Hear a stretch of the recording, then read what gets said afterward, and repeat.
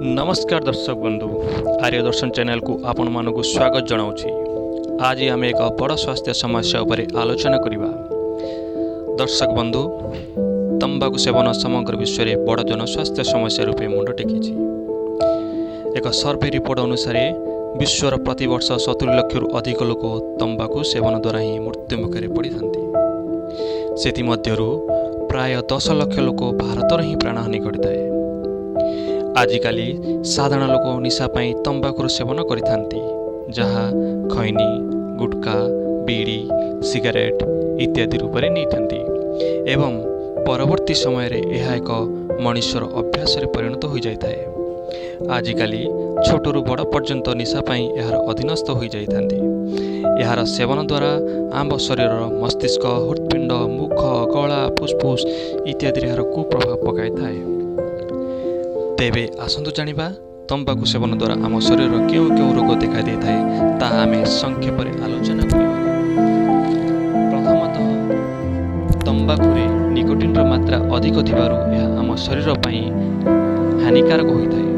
यह आम शरीर रक्त रे मिसिबा द्वारा व्यक्ति को निशाग्रस्त करिथाए एवं व्यक्ति बहुल मात्रा रे मादक द्रव्य व्यवहार करिबा द्वारा ता शरीर रे निकोटिन रो मात्रा बढ़ी जाए। जेतेबेले निकोटिन रो अभाव ता शरीर रे देखा दिए सेतेबेले से व्यक्ति को तंबाकूर आवश्यकता पड़ता है एवं धीरे धीरे व्यक्तिर अभ्यास परिणत हो जाए, जहाँ फल व्यक्ति सर्वशेष निशाग्रस्त पलट जाए।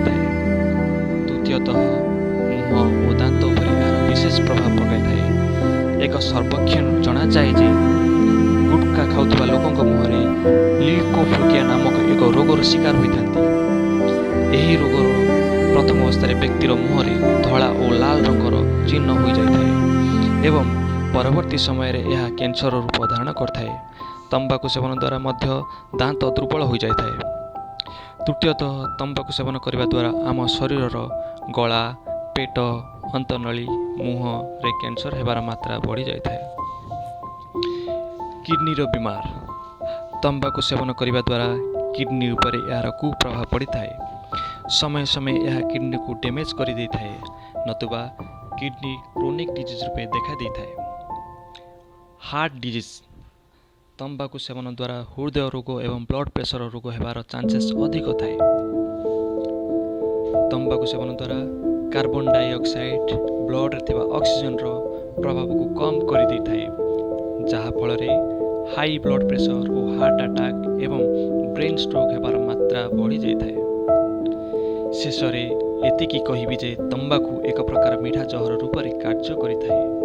व्यक्ति यार अभ्यास करने द्वारा यह मनुष्य को ही रोगक्रांत करने स्टार्ट कर दे थाए एवं परिशेष व्यक्ति को मृत्युमुख को ठेली दे थाए। तेणु सर्वदा तंबाकू ठारू दूरे रुहतु एवं सुस्थ और निरोग समाज गठन करंतु। मु आशा करुछि वीडियोटी आपण मानकु भल लागिबा सह एक सुस्थ जीवन बंचिबा पई प्रेरणा जोगाइब। रहुछि। नमस्कार। जय जगन्नाथ।